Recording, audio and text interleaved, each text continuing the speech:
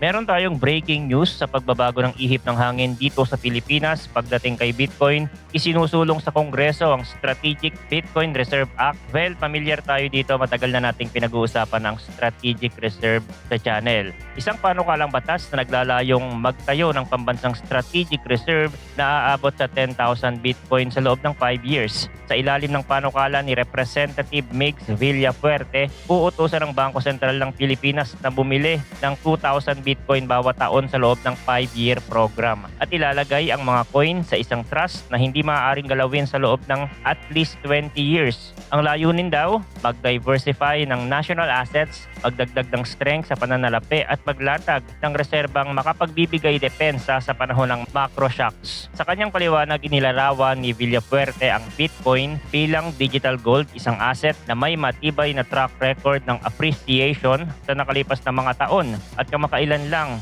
nakaabot ulit sa panibagong all-time high. Kaya't vital umano para sa bansa na mag-stockpile bilang bahagi ng pangmatagalang interes at financial security.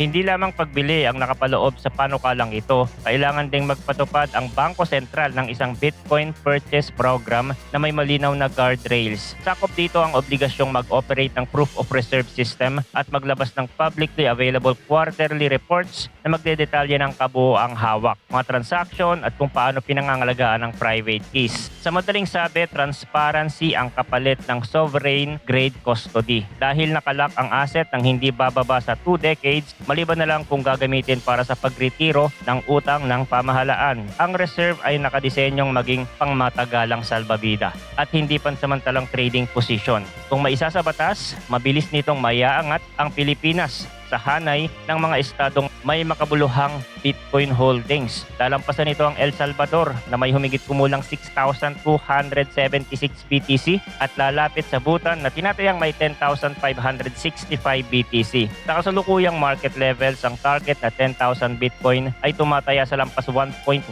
billion na notional value. Kung titingnan sa lens ng strategic assets ay maituturing na kalkuladong bet sa digital monetary rails ng bagong dekada. Habang umiikot ang usapan sa patakarang pambansa, nagpakita naman ng volatility at strength ang intraday ni Bitcoin matapos ang pahiwatig ni Federal Reserve Chair Jerome Powell sa Jackson Hole na posible ang isang rate cut pagsapit ng September. Mula sa 6-week low na nasa paligid ng 111,000, umakyat si BTC tungo sa intraday high na humigit sa 117,000 price range. Ang galaw na ito ang nagpa-trigger ng malawakang liquidations, tinatayang $379.88 million sa short position ng nabura, kung saan ang Ethereum ang bumigat ng halos $193 million ng total habang pumitik pataas ng halos 15% tungo sa bandang $4,760.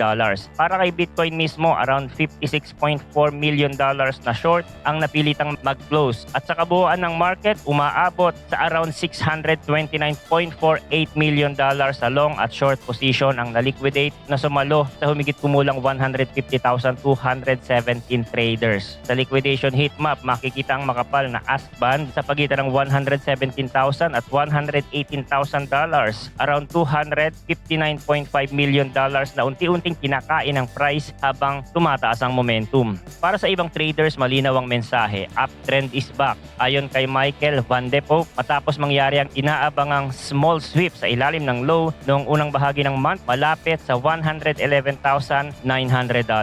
Ipinunto naman ng iba na maaaring mag-retrace ang price matapos ang biglaang spike, ngunit the market wants higher. Isang pahiwatig na ang risk appetite ay bumabalik kapag nakakita ng policy pivot at liquidity tailwinds. Hindi nakapagtataka kung bakit nananatiling agresibo ang ilang projection. Naninindigan si Bit1 sa cycle top target na $145,000 para kay BTC sa loob nitong taon. At ayon kay Andre Dragos ng Bitwise, ang potensyal na pagbubukas ng 401k retirement plans sa crypto sa ilalim ng pulisiya ng administrasyon ay may kapasidad na itulak si Bitcoin hanggang $200,000 bago matapos ang taon. Isang senaryo na mas magpapalakas pa sa narrative ng institutional adoption. Kung si Bitcoin ay bumalikwas mula sa intraday lows dahil sa dovish signal, si Ethereum naman ang sumagasa sa bagong all-time high. Umakyat ang Ethereum lampas sa dating record at unang beses mula noong late 2021 na nakita sa Coinbase ang trade sa ibabaw ng $4,867.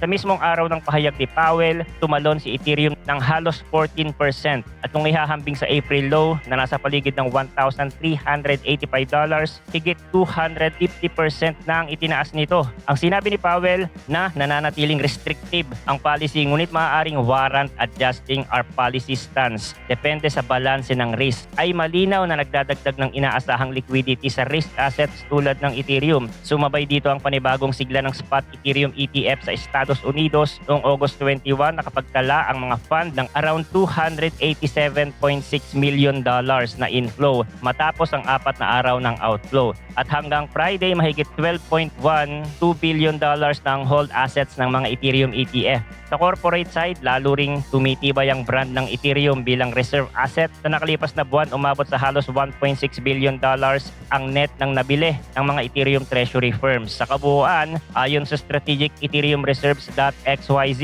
lampas $29.75 billion na ang hawak na ito ng mga korporasyon at mga kaugnay na entity. Isang palatandaan na ang utility-rich reserve framing ni Ray Joseph ay lumalapat na sa aktual na treasury behavior.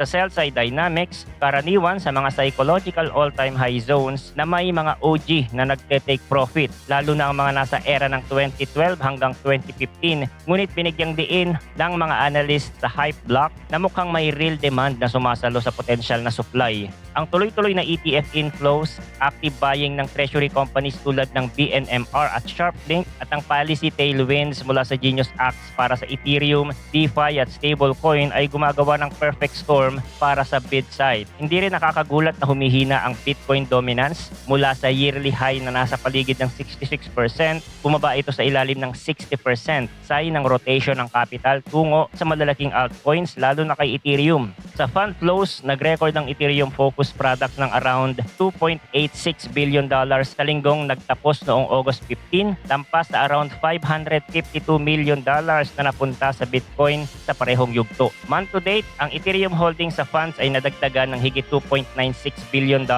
samantalang ang BTC products ay nakapagtala ng around $21 million na outflow. Sa wika ng market, umiigting ang alt bid. So yun lang ang crypto update natin for today. Thanks for watching again. Good luck and see you on the next video.